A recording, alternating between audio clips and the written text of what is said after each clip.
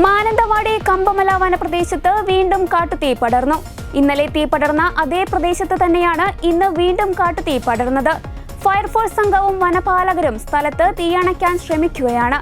അതിനിടെ ആലപ്പുഴയിലെ തീപിടുത്തത്തിൽ ദുരൂഹതയുണ്ടെന്നും സ്വാഭാവിക തീയല്ല പടരുന്നതെന്നും മാനന്തവാടി DFO മാർട്ടിൻ ലോവൽ പ്രതികരിച്ചു. ആരോ കത്തിച്ചെങ്കിൽ മാത്രമേ തീ ഇത്തരത്തിൽ പടരുകയുള്ളൂവെന്നും അദ്ദേഹം പറഞ്ഞു. മാനന്തവാടി പിലാക്കാവ് കമ്പമല വനമേഖലയിൽ വൻ തീപിടുത്തം. പുൽമേടുകൾ നിറഞ്ഞ കമ്പമലയുടെ ഒരു ഭാഗം പൂർണ്ണമായും കത്തിനശിച്ചു. സംഭവസ്ഥലത്ത് വനംവകുപ്പ് ഉദ്യോഗസ്ഥർ എത്തിയിട്ടുണ്ട്. തീ നിയന്ത്രണ വിധേയമാക്കുവാനുള്ള ശ്രമങ്ങൾ തുടർന്നു വരികയാണ്. വനംവകുപ്പും ഫയർഫോഴ്സ് സംഘങ്ങളും സംയുക്തമായി ചേർന്നാണ് തീ അണയ്ക്കുവാൻ ശ്രമിക്കുന്നത്. ചൂട് കൂടിയതാവാം തീ പടർന്നു പിടിക്കുവാൻ കാരണമെന്നാണ് നിഗമനം.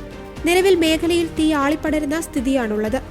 വനമേഖലയിലെ പുൽമേട്ടിലാണ് ഇപ്പോൾ തീ പടർന്നിരിക്കുന്നതെങ്കിലും വനമേഖലയിലേക്ക് കടക്കുമോ എന്ന ആശങ്ക നിലനിൽക്കുന്നു.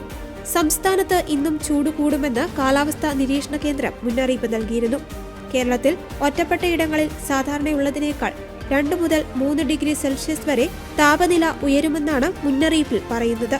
ഉയർന്ന ചൂട് രേഖപ്പെടുത്തുവാൻ സാധ്യതയുള്ളതുകൊണ്ട് സംസ്ഥാന ദുരന്ത നിവാരണ അതോറിറ്റി പൊതുജനങ്ങളുടെ ശ്രദ്ധയ്ക്ക് ജാഗ്രതാ നിർദ്ദേശങ്ങൾ പുറപ്പെടുവിച്ചിട്ടുണ്ട്.